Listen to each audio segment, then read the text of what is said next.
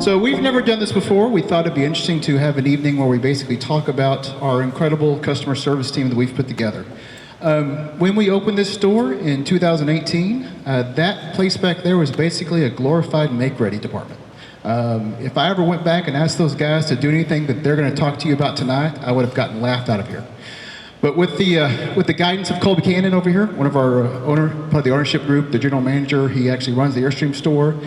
Cliff Harris, our director of service here, and Jessica Valoria, we have really turned this place around. Their guidance has turned it into something really special. If there is anything you want done with your Airstream, they're probably not going to say no. They'll probably do it. And with these guys up here, it officially makes me the dumbest person standing up here. So we are really proud of what we put together. We're going to start off, we're going to talk about lithium and some of the lithium upgrades options you could do on your Airstream. We're going to take a little break after that. I've got some food back there for everybody. We've got some stations set around the dealership. So if you have questions about body work, we've got a spot over there. If you have questions about lithium after this, we're going to actually have that over there. So we're going to take a little break. We'll talk about our same-day service program we have, which is very exciting, and kind of how that affects the other things we're going to talk about tonight. And then after that break, we'll come back. We're going to have a Q&A session. So anything you've ever wanted to ask about Airstream maintenance, Airstream warranty, things that you can do with your Airstream, we're going to do that after that. So I hope everyone enjoys the evening. You will see me a couple more times. But I'm going to hand it over to Tanner and Joe, if you guys want to hop up here and talk. Or do y'all want to sit there and talk? However y'all want to do it.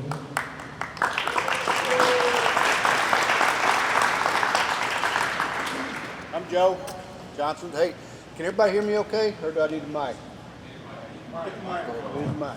Okay. Keep it at your chin. Keep it in my chin. Yeah. Can you hear me now?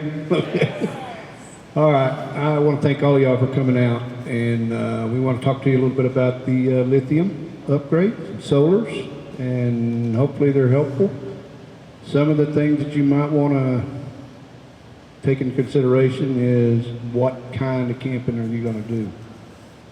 Now, if it's just pull over to the side of the road, then you don't need much. You need a little bit there just to keep you going. But if you want full house, we can do that too. And that means air conditioning. And this time of year in Texas weather, it's pretty warm.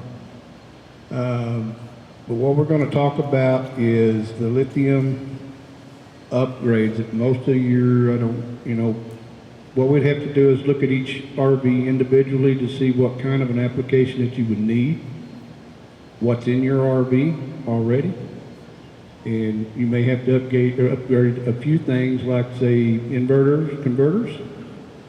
If you just go with 2 of the lithiums, you decide, well, I just want to pull off the side of the road, your charger you have in there will do it just fine on these. You're just not getting your money's worth unless you upgrade on the charger for the lithiums. Not hurting the battery, not hurting anything in the coach at all. And I guess on full house, yeah, there's about 6 of these will have to go in there for the air conditioners and the microwave, stuff like that. Most generally will give you 2.5 hours of running, depending on what else you're going to be using along with that air conditioner. 4 of the lithiums, if you have 4 in there, you're looking at, depending on the microwaves that are in the Airstreams, whether or not they'll work or not. You may even have to change those. If you don't want to change it, we'll have to go up to 6 lithiums. But again, the inverter that's in there, we prefer putting our 3,000 watts in there, that you can control it better, a lot smoother current coming through. But again, like, I also want to push out, if you want to talk, putting lithium upgrades into your RV, we will make an appointment for you, bring your RV to us, it's free, we'll estimate it, we'll see what's in it, what all it's going to take to do whatever you want to do, whatever kind of camping that you want to do. And we'll go from there. But a lot of the questions and answers after this are going to be a lot more informative than what I'm going to stand up here and tell you.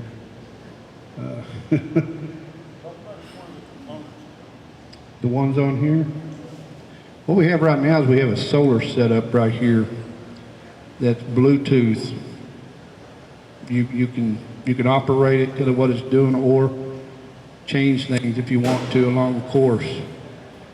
And what we have here is a Bluetooth dongle here that puts on there. A lot of your RVs already come with this plug that's on the roof. It's just one lithium. This is a charger from the solars set up for lithium. The newest thing, the smart shunt. That's for Bluetooth, and it'll tell you everything that's going on. These wires here are a lot smaller because we're only running off of 1 and 1. Some of the wires that we put in there are 4/0. They're about this big, and they'll run from the batteries, because we like to run the batteries sometimes underneath the beds. We don't want anything getting hot, heating up on you. You know, you use these smaller cables, they will. But this is just a little setup here to give you an idea just basically how it works. There'll be more of a battery bank here. The bigger your battery bank, the better off you're going to be with it, and you'll be able to unlimited what you can run. Anything 6 and above. I've seen them put as big as 8 in there. Have you seen any more than that? Just 8. But I've seen some crazy things happen. Anything pulling over is kind of nice. Just reach up there and turn on the air, and you don't have to plug in. It's pretty neat. Lithium's come a long way. But other than questions and answers, is there anything you want to throw in there? So depending on what you're wanting to do long term, if you want to just skate in and just get into lithiums first, just to see if you're going to progress further than that, basic install, like Joe said, it's 2 batteries and a converter. Leave them out in the battery box. We do allow the heating option so that the batteries, once they get down to below a certain temperature, they just shut themselves off to keep them from just trying to take a charge when they're not allowed to. So we move them inside most of the time if we can. If not, we do the heated battery option. Then once we do our heating, that covers you on being able to leave it outside, upgrade all your wires out there. So you get done, you get past that, we get through this, you get this. Most people have this in their trailer to start with, which is the solar controller that most people get in, like anything past an 18, I think they started doing the newer stuff. So if you already have this solar controller and you don't want to do the Bluetooth option, we can long-term just swap you out to the newer style controller. The screen stays the same, you don't have to change anything else. So it saves you a little on the long run. If you want to go the new route, they make this in about 6 different options, depending on how many panels you got, how hot you want to run it, how many fast you want to charge your batteries, and then Bluetooth versus non-Bluetooth. This one here is actually not a Bluetooth one, and I added Bluetooth to it to get it to be that. So if you already have the newer style controller, like the new classics and stuff have, then all you have to do is change to add the option. But you'll lose your screen that's already on your wall. So that's the only downside to that, unless you change your complete controller out to a Bluetooth one. And then that will give you the option to have it show. Right in here I don't have sunlight, so it's not going to show anything, but that will give you, based off of if it's charging, if it's not charging, how much is going there if it is, and how much it's using from you. Then once you go over to your shunt, this is the accurate way of reading what's in your lithium battery. This battery particularly has a charge monitor. So it kind of gives you a rough estimate of what's in there, and this one's at 60% right this second, but you have to mash the button every time. So if you put them under the bed, it's kind of an inconvenience long-term wise.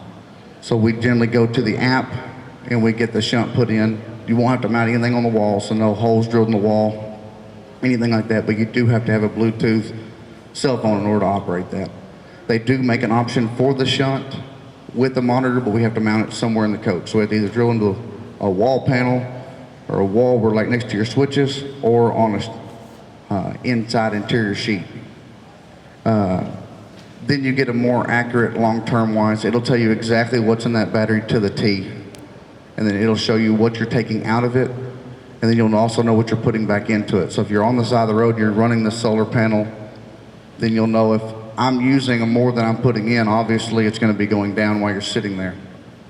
So that will get you closer to know what your long-term wise is. Sometimes it may be 2 batteries. I've seen up to 4 days on just interior lights and a furnace and stuff like that. With just a couple lights on, I've seen up to 2 weeks. So just depending on how much you want to run. Hey, Tanner, can you explain why you should even upgrade the lithium? Tell me why I should go there.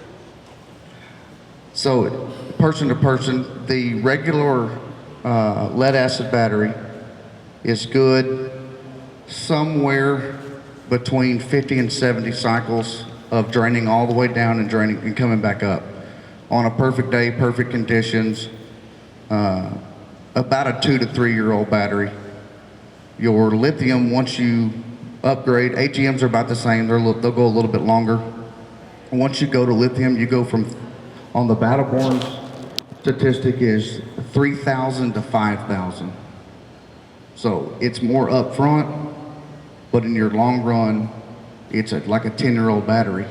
You don't have to have it right now or right then, but you have to spend the money right now, right? And then later on in life, when everybody else is changing batteries, you've already passed that point of pulling the Band-Aid off. So you can then add, if you want to add that, that can be an extra add-on, like the shunt. And if you want to go more and more, then you've already done the hard part. So then anything of this to read into more Bluetooth is better. You'll be able to accurately do what you're wanting to do, whether it's run an air conditioner, which seems to be the common thing to do now. We've done a couple of those conversions, if need be, but it has to be moved inside and bigger wires and all the extra. So it is more upfront, obviously, but you're not going to be able to do that on a regular lead acid for longer than about 30, 45 minutes at the most, perfect day. So long terms, you're going to be able to use the whole 100 amps that are in these batteries. A regular, like lead acid battery that comes in most trailers, you're only going to be able to do about 60, 70% of that battery, and then the battery's going to start falling off. Voltage is going to go down. When voltage goes down, you start eating the power up faster. So you consume faster, and then the battery's eventually just out. And then these don't do that. When they get done, they just turn off. So that's why we end up doing the monitoring, so you end up knowing in the long run what's going on with your whole coach.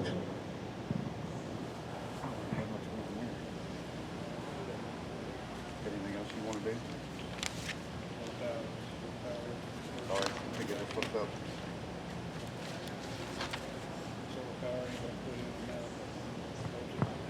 Sorry, we practiced a whole lot before we got here. We do, if you end up doing like an air conditioner conversion, something in that regard, you'll have to do a soft start here, which soft start's long run. Even if you just do a generator, a soft start is still a recommended upgrade. It just takes that load off. When you turn your air conditioner on now, you pull down power and you hear it hum real loud for just a second or so, and then it gets a little quieter. When you do the soft start, you don't get that. It just comes on, you hear the fan come on, and about 10 seconds later the air conditioner comes on. You don't really ever hear that dramatic load pull. So if you've got a small service, so like a generator, other outlets that aren't full 50 amp on like a 30 amp trailer, the AC is able to come on easier in the long run, so it helps you when you go to a lithium, or if you don't and you go end up with an inverter power, that you can do that, or if you go generator power, you can do that. Anything else you want to do?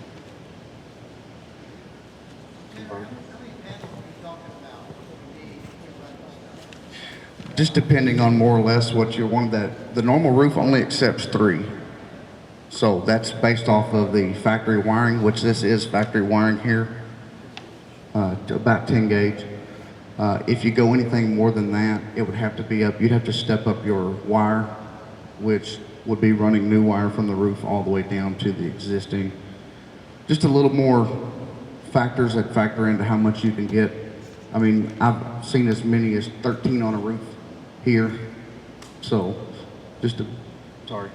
depends on how, one, your system, two, how much you're wanting to do. If you're wanting to do something like this to charge your batteries up faster, then obviously the more panels, the faster it charges. As long as the setting point is set in the battery. So these roofs generally, like on a 25-foot trailer, they'll only accept a 3 because of the way the roof's configured. Obviously some stuff changes from trailer to trailer, so you're not going to be able to go, this one takes 4, this one takes 7. You'd have to go print and look based trailer to trailer basis. So.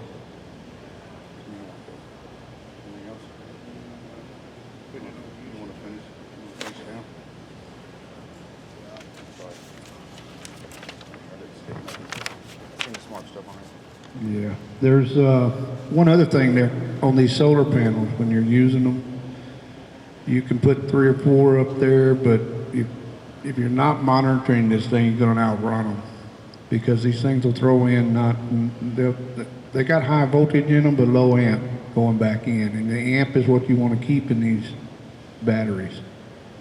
So when you're pulling an AC for longer than what you should pull, the solar's going to take longer to put it all back, So it will what you're using inside the coach will outrun what the solars are doing.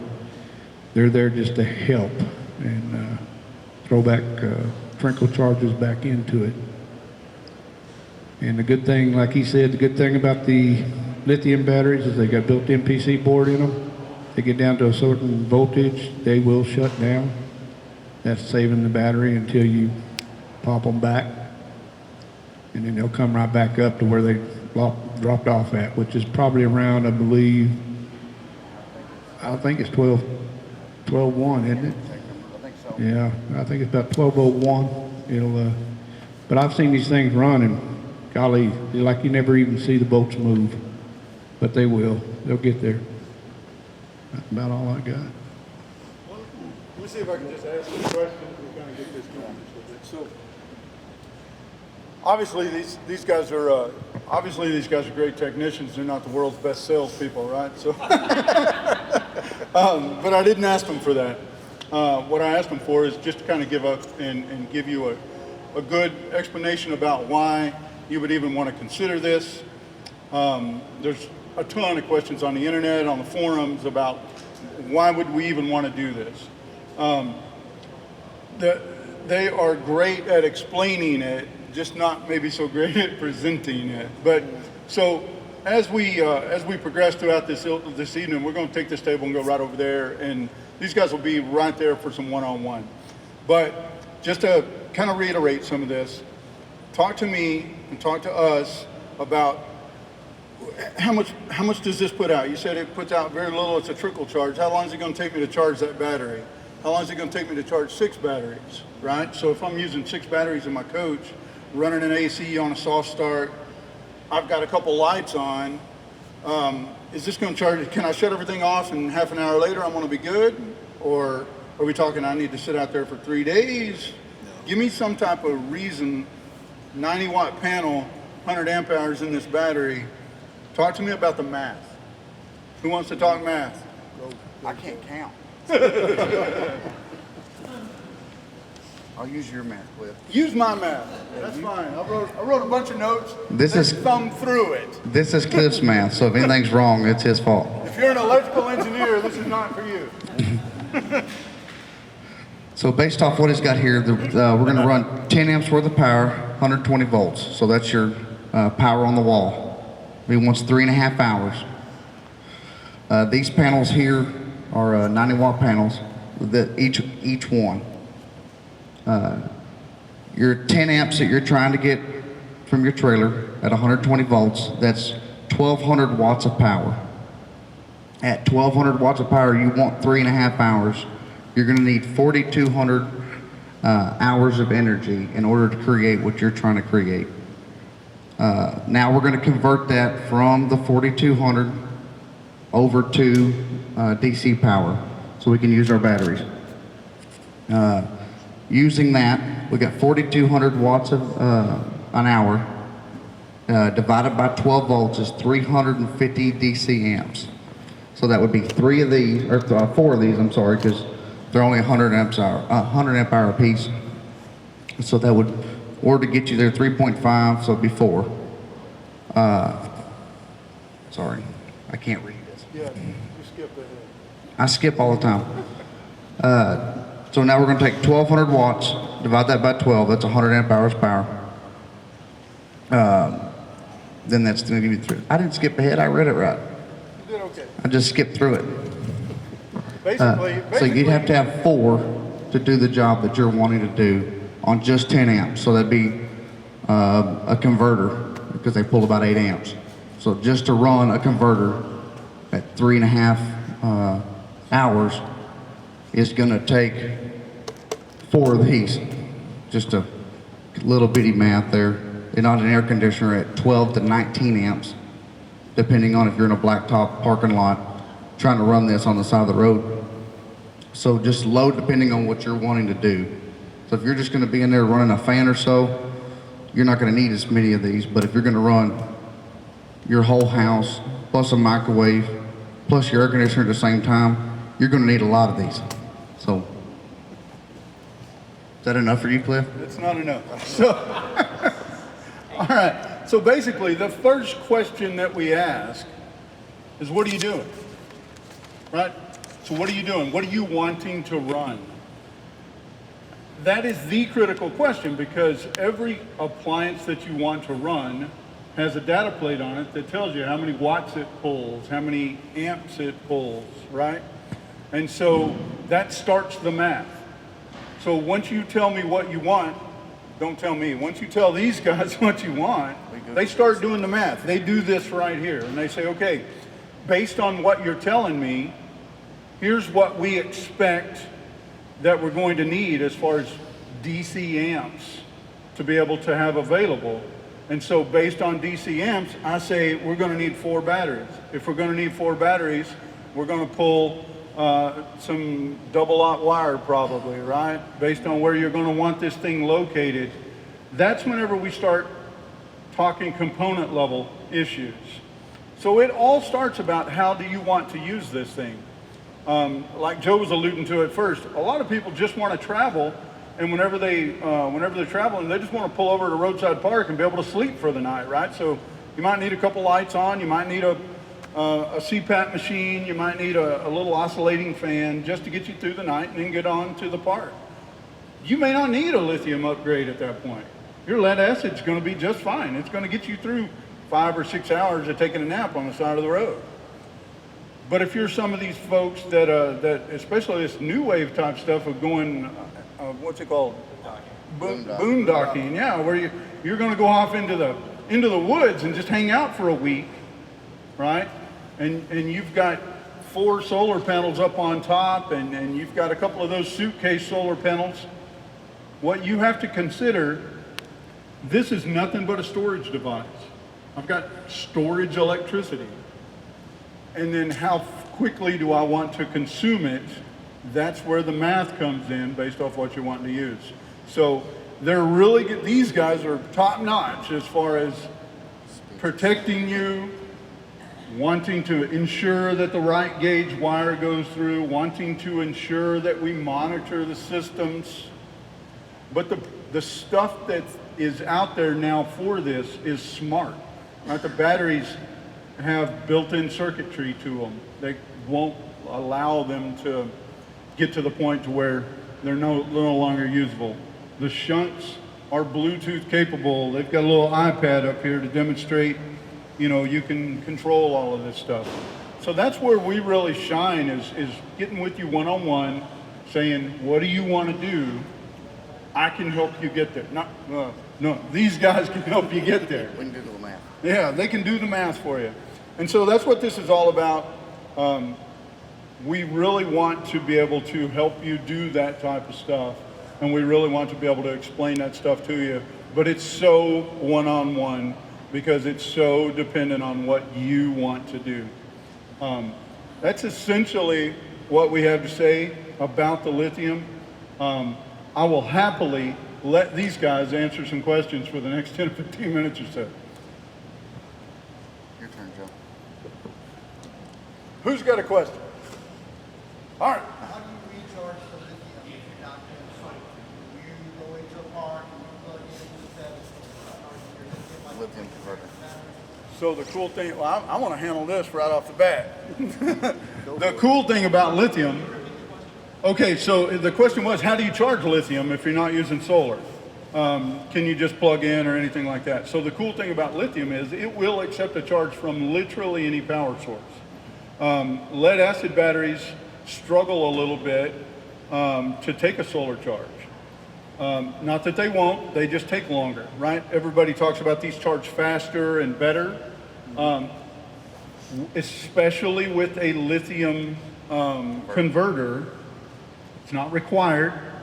The cool thing about a lithium converter is these things accept up to 14.6 volts. Your standard converter output is 13.5, okay? So whenever Joe says you'll get your money out of a lithium converter, that's because it'll charge to 14.6. It'll get these to 100%. Your standard converter will only get them to about 80%. But solar power, generator power, shore power, all of those straight into a lithium, absolutely no issues, because they have a built-in computer. Every battery has an independent computer, literally sitting right inside the battery case. Did I miss anything? No, that's it. I'm a pretty smart guy. So I pay attention. Pretty good. Yeah, it'll take a charge from the shore power, even off of your vehicle in an emergency cases. Yep. Yes, yeah. It's going back in just like it would with your lead acids or AGMs. Yep. As long as your vehicle has charging capability. Right, right. All right, question in the back. I'll ask a question that maybe it's similar to uses, right? So like, I have a bank, we set up a trip, there's a 12-hour drive away, right? I have a whole week booked there where I'm gonna be plugged in. But I don't like to drive more than 6 hours at a time. So I wanna stop somewhere, stay the night. For that, I book another spot. And I set up, hook up, and all that. Could this make it to where now I can just pull over parking lot somewhere, fire it up, have AC to get through the night, have power to get through the night, and get up in the morning and go, right? If that's a solution, that's a problem that I have, and it saves me having to have book, set up shop, and everything else. Enough batteries. Maybe other people have the same problem, that's my problem. What would I need to get that? If you sound like you want to do full house, so you'd need 6 of these put in there. I'd recommend about 3 solar panels, 4 if it'll fit. And you're going to need the Easy Start. And what you're going to do, when you pull over the side of the road, you'll have the capability of using your air conditioner, everything in the house, just like you were plugged in. You're not going to stay there very long. You know, you're going to monitor this as you're going along to make sure that you're not going to be pulling it all out of there and it's going to kill you along the way. The more you have of these, the longer you're going to get after your The more you have of these, yeah, the longer it's going to get. So I have a 50 amp in the house. I can plug it in the house, get it all charged up overnight. Yep, Next day, hit the road. yep, 6 hours later, pull over. yep, Put the lights on. that's right. Yep. Turn the AC on, and I'm good for 8 hours. And get up next morning. Yeah, you'll be running off of a 3,000 watt inverter that'll have to be put in there with it. And I tell you what, I just did one just here a week ago for a lady, and they just took off in it. And then when I'm set up for 5 days, 6 days, wherever I'm at, once I'm plugged in, I'm topped off on the batteries. Yep. You'll have Exactly. to get these top back off before you do that again. Yeah, and what you're going to do, and while you're driving, you got solar hitting at it. You also got the charge system, charge wire coming off your 7-way cord going into the trailer. That's going to put the charge back into these along the way. Again, you'll be sitting up in the front seat, pull up your Bluetooth. Let's see how they're doing while you're going down the road. See if you're getting that 100% back. So you get 80% or whatever it is you're going to get back. You're going to see it before you stop next time. You can do this over and over and over and over. You're not going to hurt the batteries. Yes, ma'am. Okay, so the half price of what he's doing, to leave off the air conditioner and the wiping rack. So just to run the basics, just lights and maybe the fantastic thing. with what you're wanting to do. Yeah, so repeat the question. Can you repeat the No, question? you repeat Oh, it, so everybody can hear it. okay. But Stand up and scream. what she asked was, is if she was not gonna run the air fans or anything like that, or even the microwave in there, why, I mean, how many would she need of these? And she's doing strictly what she's doing right now with just the lead head SR or the AGMs that she has in there. Basically, just 2 of them would go in there and do just the basic run, you know. So, and- well, the answer to the question is you may not need any to do that. True, Okay? yeah, I mean, You if may you're not not, need any. yeah, The advantage to having the lithium in your situation is 10 years, longevity, yeah. right? So, you've already got AGM, so they're maintenance free. Good on you, because a lot of folks don't. The next step is lithium. So where he was talking about earlier that your AGM and your lead acid is good for a couple of years, maybe 3 years, okay? Then you're going to be buying AGMs again, right? Then you're going to be buying AGMs again. These have a 10-year warranty on them with a 15-year expected lifespan, okay? So just based on that, I've seen you're- her set up a week worth of that. I'm sorry? I was just telling you. Oh, well, just based on that, it's an initial investment that you no longer have to be concerned about, right? And so just running lights, just running a fantastic fan, again, it goes back to doing the math. You've got LED lights, you've got a little bitty motor probably pulling a half amp, something like that. So you're not consuming any math. Yeah, you'd probably end up buying about AGMs about 3 times before the time runs out on that. Yeah. Yep. Too many. So, the older gentleman, sorry. Yep. So you said that had to go, that could not go in the battery box without a heater. Yes, it has the heater built in. Yeah, this one here, this particular one has a heater built in, and it could go outside. If, yeah. Mhm. Right, yeah. Now, the Lions like this one over here doesn't have a heater on them, so they would have to go inside the house. Yeah. Why? Because they get down to a certain temperature outside, they shut down to protect themselves is what they're doing. So, and that's the only reason right there. And the heaters will allow them to come on automatically, keep the batteries warm, keep them going.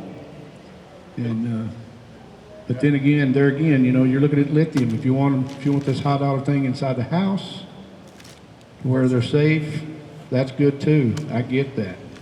And, you know, you don't want them out in a battery box. Okay, yes, sir. We run our heat pumps a lot in the south, you know, when we're south, but we just came back from where we're in Montana, and we had to run our furnaces, right, because the temperature was too high. Do the heat pumps pull a lot more than the furnace? Yes. It's 2 different Yep. voltages too. Because all the heat pump is the air conditioner running in reverse. That's exactly what it pulls the same amount of amps as it does. But the floor furnace is 12 volt, you know, running off LP, but it'll run a lot longer. Another question I have is, you need a soft start per unit, Yeah. you Mhm. got 2 units. So, does everybody understand what we're even talking about with soft start? Pretty much everybody? All right, so I'm getting some yeses, some no's. So, whenever you turn on an electric motor, if you look at the data plate on electric motor, it has FLA and it has running, which stands for full load amps, and then it has running amps. So, an electric motor takes a surge of electricity just for a couple of a split second, really, and that's the full load amps. So the full load amps is generally somewhere around 10% more than the running amps. So if something takes 13 amps, you could see it taking 15 or 16 amps as a full load amp. So that's what it takes to start. These soft starts essentially eliminate that. They allow it to ramp up to the running amperage. So instead of hitting it with 15 amps, you're starting out at like 9 amps and going up to 13. So it's actually better for your electric motor as well as it is for your electrical system. So soft starts are just one of those ways that I don't know, they're probably 10-year-old technology. They're kind of making their ways to some of these smaller components, but they just allow longevity on 3 or 4 different levels, component level all the way up to electronics in general. So just a good thing to have regardless of whether you're upgrading to lithium or not. Yeah, I've seen them install them and they're not doing lithiums. Yep. They do it just because they want to go easy on that compressor and the startup time. I've seen these things spike 40, 60 amps on a spike. Yep. And that's rough on the system. Yep. Take a chance of blowing a breaker too. Yeah. Right. Yes, sir.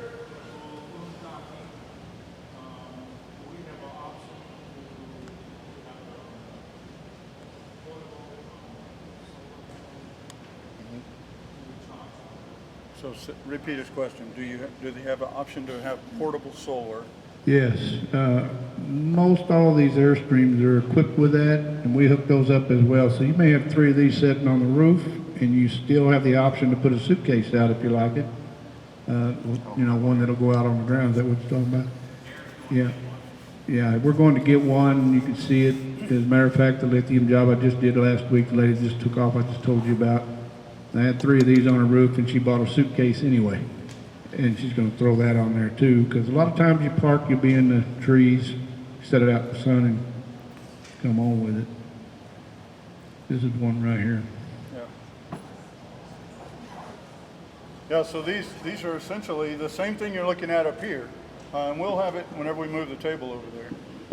How many watts are these? Depends on the size. How many watts are these, Michael? This is a 90, and you go up to what? 180? 230. Okay. You don't have to drill a hole in the roof. These are 90. These are 90. You can get them bigger. Yeah. No, they're a lot. They take up more space. And that's the thing about the Airstreams, guys. If y'all just turn around and look at the roof of that one, you know, there's just not a lot of places to put them. That's the issue. And so that's why these are so handy. You can literally put them out in front of your campsite, plug it right in, you know, and you're good to go. It's also good for chasing the sun. So Yep. instead of you rotating your trailer to find the sun, these you're just picking it up and moving it, and you're done. It charges directly to the battery. So it's doing the same thing as the camera. But this you can move rather than the whole coach. Based on size. Whenever we get into pricing, costs, and everything else, I defer to Michael. And he's going to ask you which size, blah blah blah. But Use that for Q&A. yeah, Michael will be available for any of this stuff that y'all want to talk about. How much is a battery or all of that? Michael, raise your hand, wave. So he'll be available during our little break. We can go over there and talk about all sorts of prices. Yes, sir. So back to the soft start. I Yes. have a soft start on one unit and not on the other. Is it true that I can plug into my house at home and run that soft start? Yes. Mhm. Yes, Yep, sir. Yep, No, it for helps sure. it out. Mhm. So you'll have soft start on one and not on the other. I mean, I'm it's, gonna run one unit. yep. So especially if you just run the one with the soft start, pardon me, especially if you just run the one with the soft start, you're getting all the benefits. It's just if you kick on that one without the soft start, you know, you're taking that slug. So you're already consuming a pretty good deal of electricity just by running this, 13 amps or so. And then you kick that other one on. If you're spiking at 40 amps, you may be tripping breakers at that point. It's really the only benefit. I can surface somebody's driveway, plug into their house. And I can Yes, sir. Yep. What else? What about weight? Say it again? Lithium compared to weight. These lithiums are really, really light. These here can be picked up real easily. You want to pick that up and show them. And it's about 31 pounds. Yeah, 31 pounds where an AGM is way more than that. So with the lead acid, you Probably really got a stugger. Half of what a regular battery is. Yeah. Yeah, it's about half what a regular battery is. Mhm. And one of the other advantages to these, just because they are a dry battery, they don't have to sit like that. You can flop it on its side, you can stand it on its end, you can Upside down. put 2 or 3 of them up there. The only thing you're trying to do, you don't want metal on metal contact, obviously, it's a battery. Other than that, it could be laid down, it could be anything you want, right? Do not do that with lead acid. Don't go home and do that with lead acid. It's going to end up bad. Yeah, Sure. Yeah, let's take a break. Okay, guys, we are opening up the floor to questions, but first, did everyone get a raffle ticket when they walked in? Did anyone did not? Anyone not get a raffle ticket? All right.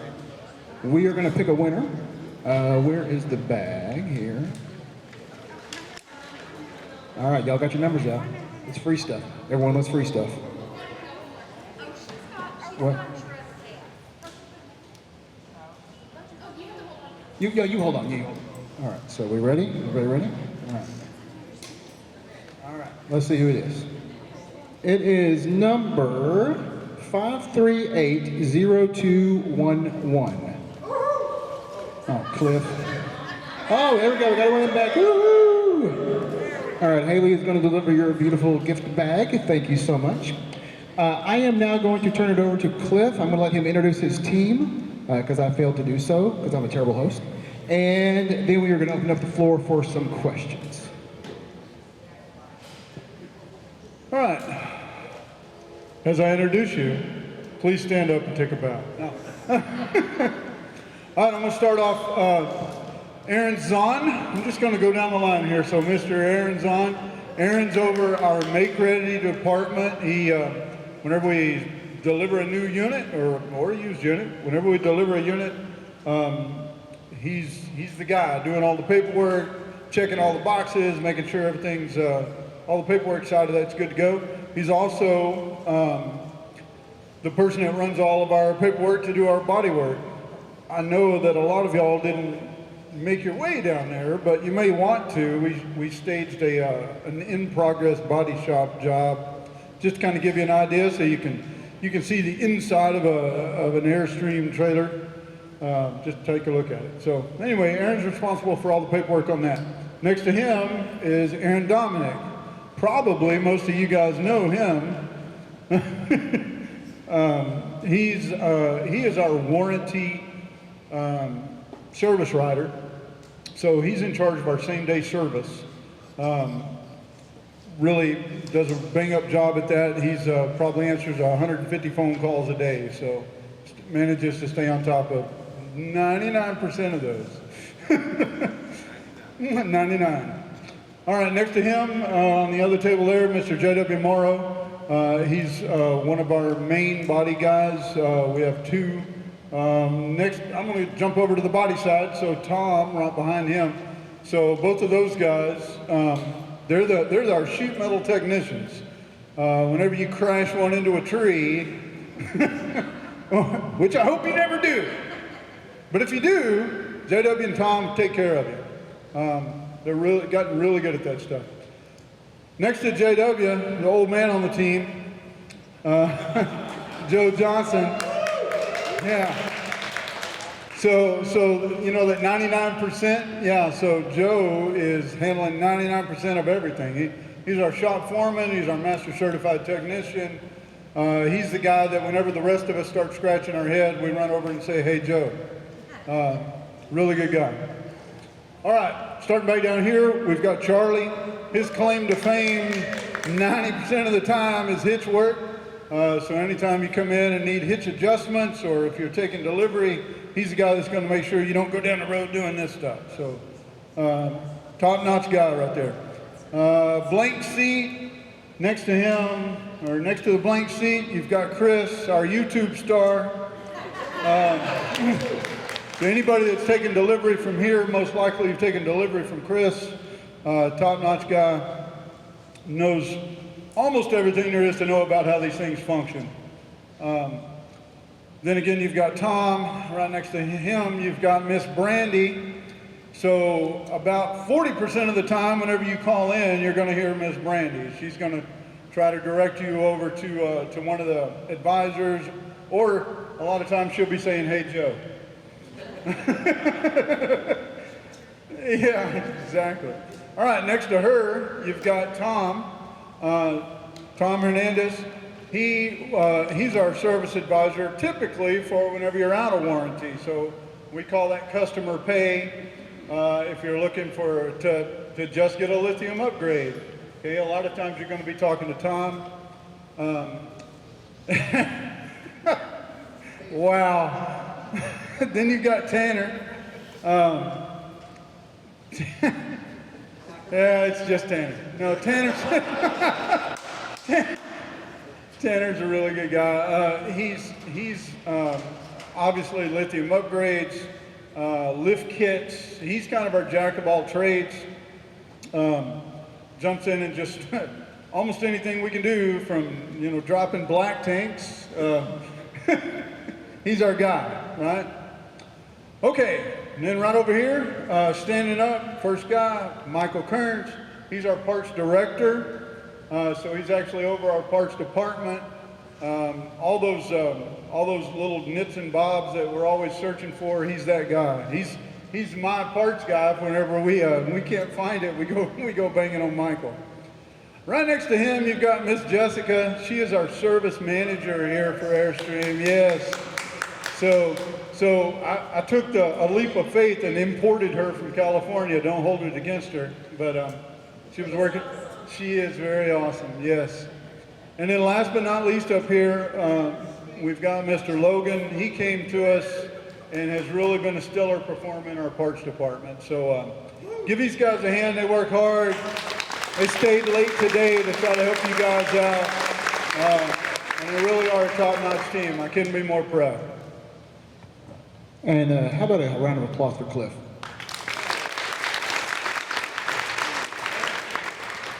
What's that? All right, guys, so we are going to open the floor up for any sort of questions you might have. Doesn't necessarily have to apply to lithium, just any sort of Airstream maintenance questions, repair questions. Who wants to start? I'll go into Dave. Okay, I'll do it again. Dave employed my son for several years. So my question has to do with boosting signal in the camper, in particular WeBoost. We're looking at WeBoost. I don't know if y'all are familiar with that. How would it be installed? I don't want to drill holes in my camper myself. Do you do that? What would it look like? And that kind of thing. Hey, Joe. Well, you can still use the WeBoost. I recommended one to one lady that didn't want to do that very same thing and drill a hole in the roof. So go get a piece of conduit and strap it to your awning rail that's coming up. You only need to just a little bit above the top of the roof to get a signal, but make it to where you can take it down, put it up, each time. How does it go into the camper then? You'll have to go into a compartment door or something down there, and I think that's the way she's going into hers. They do make some marine plugs that you can put with doors on them that you can plug into on the outside if you can get all those connections to do that. But right now, all she's doing, she's got a pole strapped onto that. She never moves her awning. She runs into a compartment door. Other than that, you have to drill a hole in that roof. I know that's not very, you hit anything, it's going to put bigger holes. We bought it used with the previous owner. He had poked a little hole in one of the window screens, and he would open the window, I guess, and push it through that one. Yeah. I still got a hole in my screen. I dug it. Yeah, you can do it that way. I'd much rather run it through a compartment door or something and back up and inside. When you say compartment door, you're talking Storage compartment. from the outside? Yeah, Somewhere? from the outside, inside to your modem. So your Okay, so like antenna. in the back maybe somewhere where he goes under the bed or Yeah, something like that? yeah, come in that way. Okay, okay.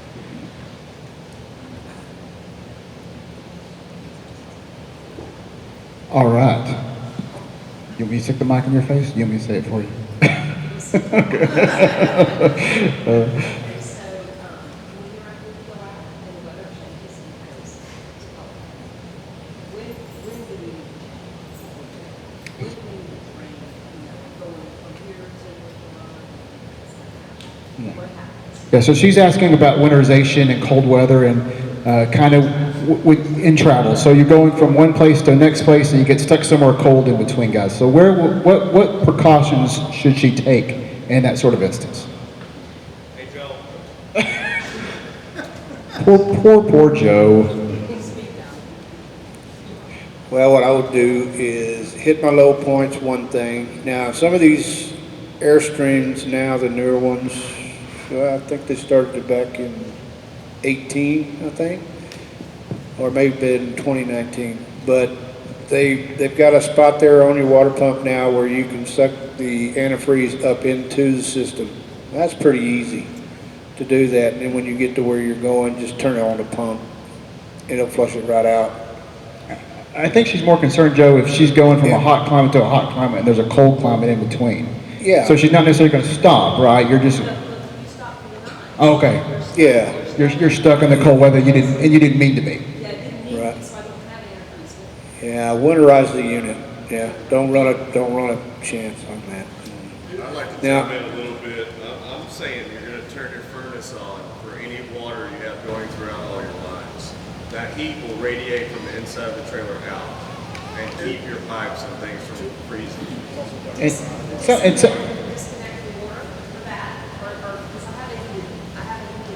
Well, you're just going to turn your furnace on. You're going to heat up the trailer, and that will prevent freeze damage. You're saying that you're going to stop. You're not hooked up at the water hose. You have water on your unit, and then you're in a cold temperature all of a sudden. You're going to want to turn some heat on. The best way to have that, or to do that without being hooked up to power, is to turn on the furnace. Like he said earlier, the furnace operates on 12 volts. So the battery's charging while you're towing your unit, so your battery's fully charged. You have propane. You're just going to turn your furnace on and let that heat radiate out. While you're running down the road. Not while running down the road. You pulled over. Okay. But yeah, just heating up the unit. That's how I would do it. Because Can you run your furnace going down the road?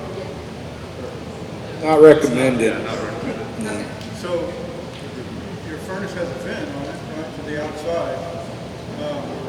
You've got your furnace trying to come on, and you're pulling your trailer down the road at 55, 60 miles an hour, right? And it's a literal flame going in there, right? So you're going to be blowing the flame out, and it's going to be kind of light.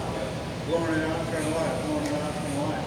So it's designed so that you get somewhere and you turn your furnace on. And what Aaron is basically trying to say is, the hotter you can get it inside, the more likely you are to not have a freeze inside your trailer.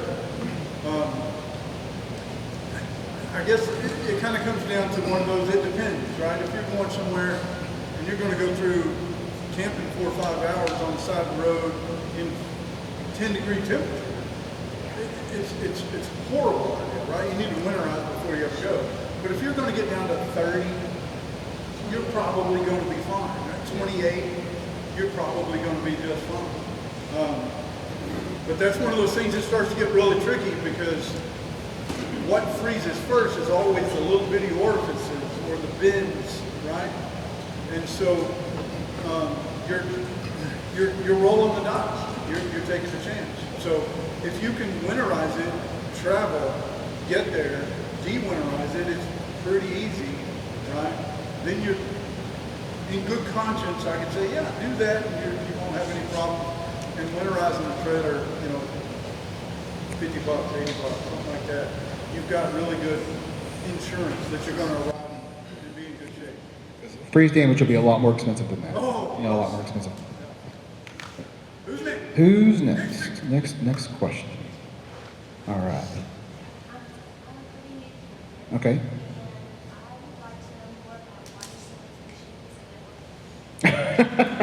All right, so she's asking about water sanitation. So when you're talking about your potable water, right? The water. So when she carries water on board her trailer, what are the best steps she should take to make sure that water is drinkable and usable? Correct? You're welcome. Ah, here we go. YouTube star Chris. Hello? He's got I bet he has a million views. One thing that you can do initially is filter the water as you add it to your trailer. You can filter it when it comes into the city water, but you can also filter it when you're putting it in the fresh tank. You just put a little inline filter on the end of your water hose. But to sanitize your fresh tanks, what they recommend is 1 to 2 ounces of bleach and then fill the tank and let it set for 24 hours. You want to do this about once a year. You can actually drink it at that concentration. It's not going to taste very good. What I recommend is you let it set for 24 hours and then run that water out. Fill it back again with just fresh water and leach the rest of that bleach out. Run that water out, and then after that, you'll be good to drink it. So bleach is kind of what you're going to use to sanitize your tanks. How long can you keep that water in there? You don't want to leave it in there longer than about 2 weeks. So 2 weeks to 30 days. After about 2 weeks, it's going to start to taste a little stale. But after about 30 days, if you leave water in any of the tanks, it's going to start to smell like feet, is what I tell everybody in the water. So if you've done that, if you've got water coming out and it stinks, that's when you need to sanitize your tanks. But if you're still good about not doing that, I do recommend you do it once a year anyways, just to be safe. What are the parts of bleach water? Did you hear that, Chris? What's the proportions for bleach to water? It's 1 to 2 ounces. So 1 ounce for up to 25 gallons and 2 ounces for up to 50 gallons. I think the biggest tank in any of these trailers is only 54 gallons on the 33 Classics. So it'll be 1 to 2 ounces. Thank you, Chris. You had your hand up, sir, correct? Yes, 2019 model, wheel bearings, we get to check those, are they sealed? What is it, a Flying Cloud, a Bambi, or International? 2019 International, does that have sealed bearings? It does have sealed bearings. Yeah, you don't have to worry about it. That was an easy one. I could answer that. What's the difference in sealed bearings and not sealed bearings? Somebody. Hit us up. And it's going to differentiate. It's going to differentiate between models whether you have sealed or non-sealed bearings. So if you have a sealed bearing unit, you can still do a your yearly inspection on them. You just cannot repack the bearing. Once the bearing goes through its lifetime, generally you'll start seeing some shavings on the or grease on the caps or on the wheels. Then generally it's about time to either have that bearing checked out or replaced. That bearing is just pressed in and pressed out of your hub. Your normal bearings, you can pull them out and just repack them and stick them back in with new seals. So not a whole lot of difference, except for one is you can actually change, and then one you can just repack. All right. Question. Let me make my way back there. Go ahead. My questions were around tire pressure. I have the 25-foot load crowder, 2020, I think. So tire pressure, and then that I should keep it at, and then I have a torque wrench. I've never used it. Like, do I need to check the lug nuts, make sure that it's at certain, what tension or whatever measurement that is? Sure. So the air pressure for your tires is going to be 80 psi. Airstream recommends that pressure for best towing and also best tire wear, and that includes your spare tire as well. The torque value on your lug nuts is 110 foot-pounds, and Airstream is going to recommend that if you remove a wheel, you need to check it at 10, 25, and 50 miles, but they also recommend, even if you haven't removed one of your wheels, that you go ahead and check it before you leave. And you buy a torque wrench, and you'll set it, and you'll just kind of turn around on the lug nuts until they click. So it's designed to just stop. Yeah. Applying pressure. Well, you push it until it clicks. You can push through that. You just push it until it clicks, and then you move on to the next lug nut. I also recommend a thin wall socket. It's a 21 millimeter. A thin wall socket is going to fit deeper into the little pocket where the lug nut goes, and it's going to help prevent from stripping the end of that lug nut out. So I'm going to give you a little bit of personal experience on torquing a lug nut. Yes. I have a camper. My wife's right back there. Hi, Misty. We're literally out camping right now. Every time, let me get this microphone. Every time that we take a trailer out, check the lug nuts, right? Seems kind of silly, but we don't go very often, 4 or 5 times a year. Literally every time that I check those lug nuts, one of them moves a little bit, right? So some people just way overlook that. They think about it like a car or whatever, and you just never pay any more attention to it. Let the guy at Firestone handle it. But if you do not torque your lug nuts, you're going to have one of them come off. When one comes off, now you've got, instead of 5 even pressure all around the wheel, now you got 4. When you have 4, then you're going to have 3. Then you're gonna have two. Then you're not gonna have a tire and it's gonna pass you. And it's liable to throw up under the back of your trailer and you're gonna be talking to JW and Tom, right? Check your lug nuts. It's incredibly simple. A torque wrench, what did it cost you? 40 bucks? 80 bucks for, oh, you got the good one, right? So less than $100 and you save yourself, you know, thousands of dollars of body damage. So it takes 2 minutes. The youngest person can do it. I mean, it just takes nothing to do it. It's one of those things that you just have to get out there and do it. Just click, click, click, click, click, click. 2 minutes, you're done. Saves you thousands of dollars. That's all I got to say. So there you go. Just walk a few feet. You get your torque. Who has another question? All right, here, make my way over there. I'm going to walk right in the camera, and it's going to be really close up to my face. All right. Go ahead. It's a question for you guys and for Okay. I don't have my battery 16 this month, Mm-hmm. and I'm worried about things. So what do you guys do? Okay, so she's worried about security. So I have to go down. Okay, so you're just gonna have your trailer sitting out in the middle of nowhere. So how does she make sure when she goes and leaves her trailer, it's still there when she comes home? Okay, so we sell a couple of different locks, and they're going to be coupler locks. So you'll put it in place of the ball and lock it there so someone cannot add a ball to your trailer and make off with it. We have two different styles. We've got a real simple one that just slips in place of the ball and has a bar that goes across it, and one that's a little more serious that's like a big box that you'll actually put over the end of it, but you can actually put your chain ends in as well. I also recommend, in addition to that, buying a wheel boot like you would see if you don't pay a parking ticket or something like that. So you can clamp it around the wheel, and that will also prevent them from dragging the trailer away. You need something physical that's going to stop somebody from hooking up to your trailer and being able to drag it away. Did that answer your question? Yeah. Those coupler locks are really nice, and they're not hard to put on. Next question. All right. Tell me to hurry.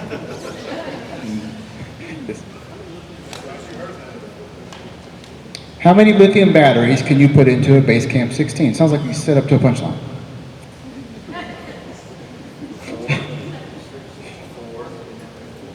I've done 4 here recently, and 6 would have been pushing it. Do you need the refrigerator left in the unit? Do you need somewhere to sleep? You can get rid of the microwave and add 2 more, that'll give you 6. So you can easily put in 4? Yes, sir. And then you have enough power for the most part for quite a while? And you have enough power to run the microwave without shore power, and that's why he did it. I'm thinking. He also boondocked. You know, you're boondocking, you don't have anywhere to plug in, you have the opportunity to use your microwave, kind of a big deal. Probably 4 without losing some storage. You know, and you don't have a lot in base camp anyway. I think 4 is probably a bit out there. All right, thank you. Yes, sir. Without losing money.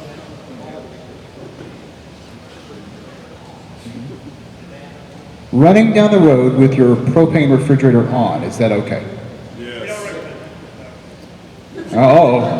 Dissension in the ranks, Cliff. Hey, Joe. Distinction in the ranks. Hey, Joe. People do all the time on LP. Yeah, it'll do it. It'll run.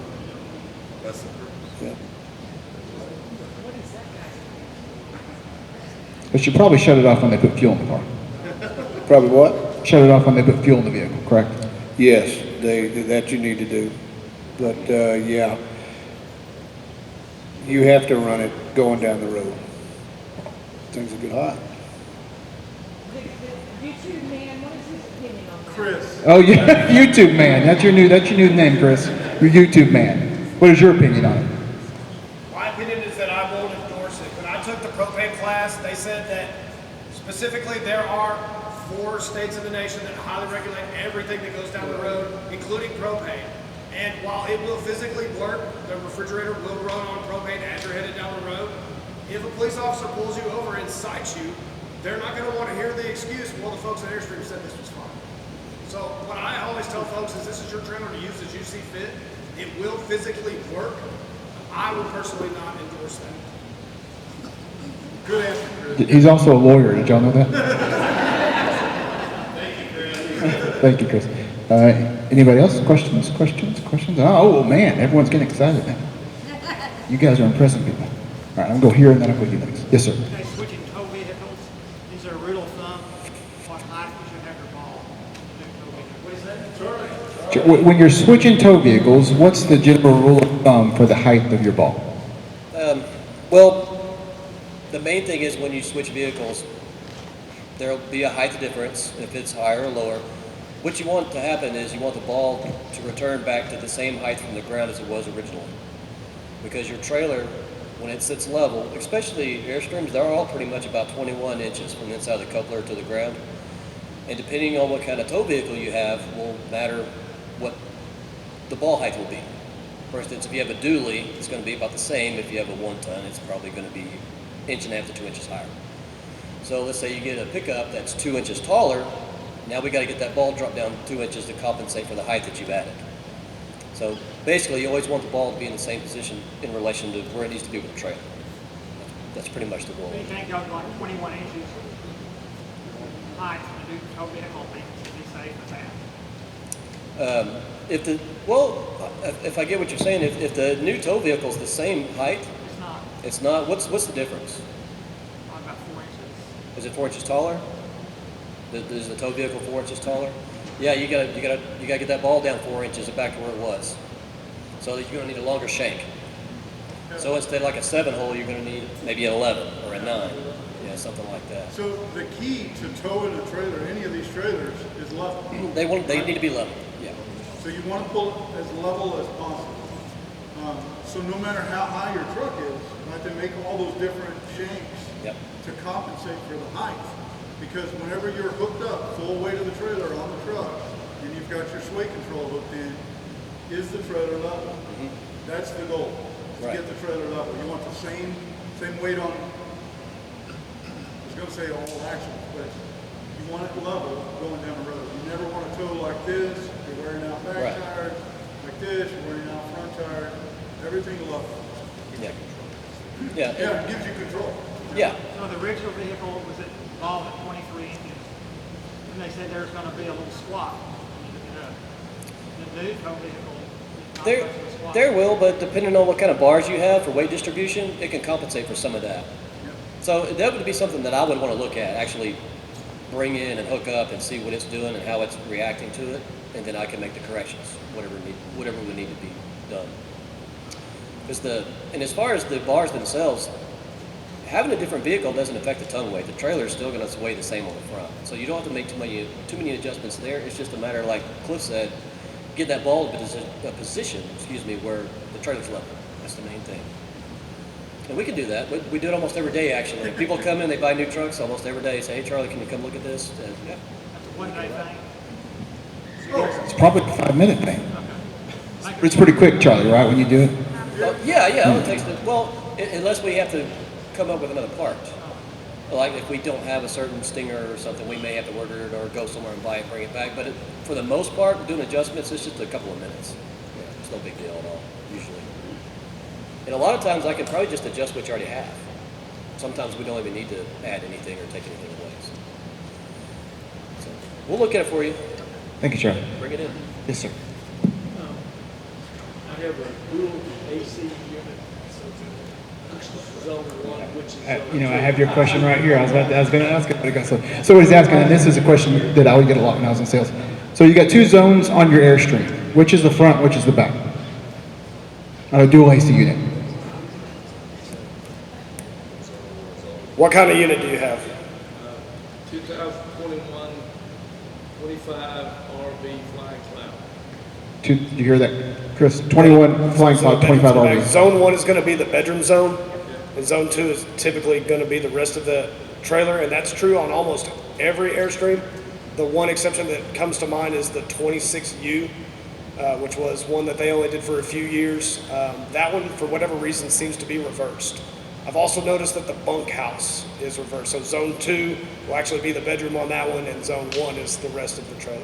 But for the most part, zone 1 is going to be the bedroom zone, and the rest of the trailer will be zone 2 if you've got a 2 zone. All right, Al, here we go. I think I'll come to you, and then I'll go to you. That's okay. Yes, sir. I seem to have issues with what I think is pressure from the propane. Even when I fill up my tanks, it seems 2018 international. The first thing you're going to do is check for a leak. We'll use a manometer to do so. Basically, we'll pressure everything up and we'll connect a little gauge to it and see if the pressure drops. That could be your first problem, but you're also correct in thinking that maybe you've gotten some gunk in there. So if you've got stuff that's in the lines, it's going to interrupt the flow, and that will obviously make the pressure less. So the first thing you want to do is check the pressure.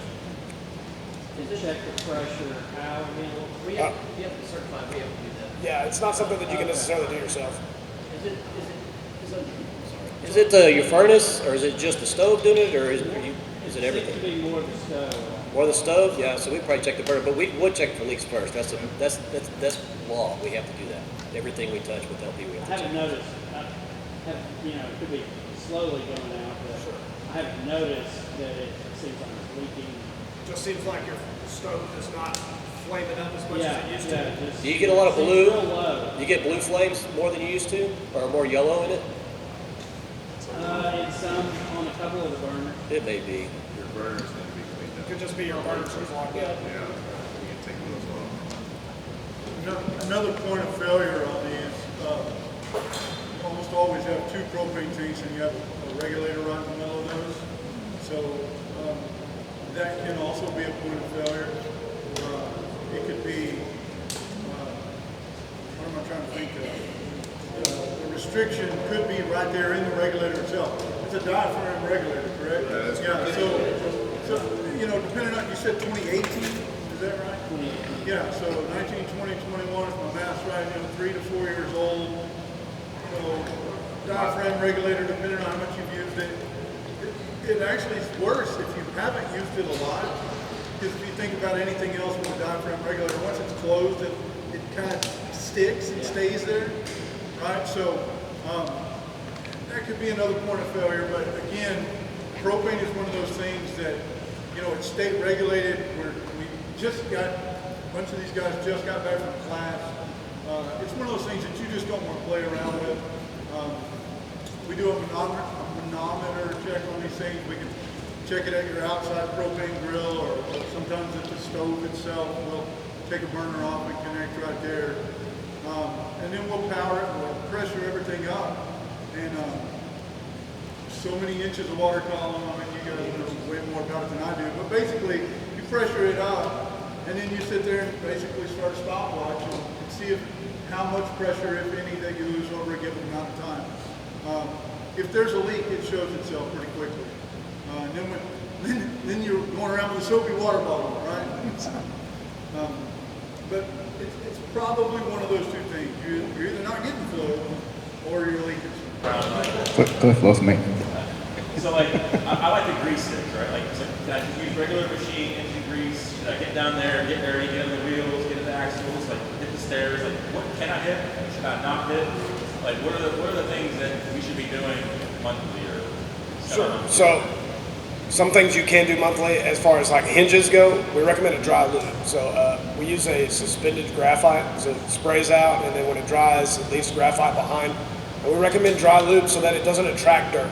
So that way those things don't get gritty and grind. Your axles should be sealed. So you shouldn't really have to worry about maintaining them. You can clean the little piston on the shock if you want to. I don't recommend you do that. I recommend you basically leave the suspension alone.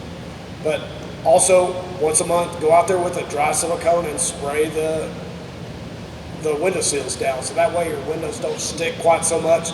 They're liable to stick anyways, but that way if they do, number one, the window seals won't dry out and they will actually seal. But when they do stick, they'll actually peel off a little easier. That's hitting the hinges or hitting the seal itself? I'm talking about the rubber seal. So you'll pull the window out and you'll put a little dry silicone around that. The hinges are the one you're going to use the dry lubrication on. So it's the one we use is made by CRC. It's called Power Lube. You can use it on all the hinges, on all the steps, on all the doors. And then once a year, we also recommend for the exterior after you've washed it that you Walbanize polish it. So it's just like a paste polish that you'll wipe on, and then you'll let it sit there for about a minute and wipe it right off. So we should repeat the 2 product names again? One was Power Lube. It's made by CRC, and that's the lubricant that you'll use. Any dry silicone spray is going to be fine for your seals. And then it's Walbenizer, which you'll use on the exterior itself. Can you tell me so, of course? And guys, we are recording this, so we will have it on YouTube, so if you don't want to have to remember every single thing that we say, you can just watch it over and over again. Thanks for watching our video. If you have any questions or have any recommendations on content you'd like to see, make sure to drop a comment in the comment section below. If you enjoy our content, give us a like and be sure to subscribe to our channel. Thanks again from Airstream of DFW.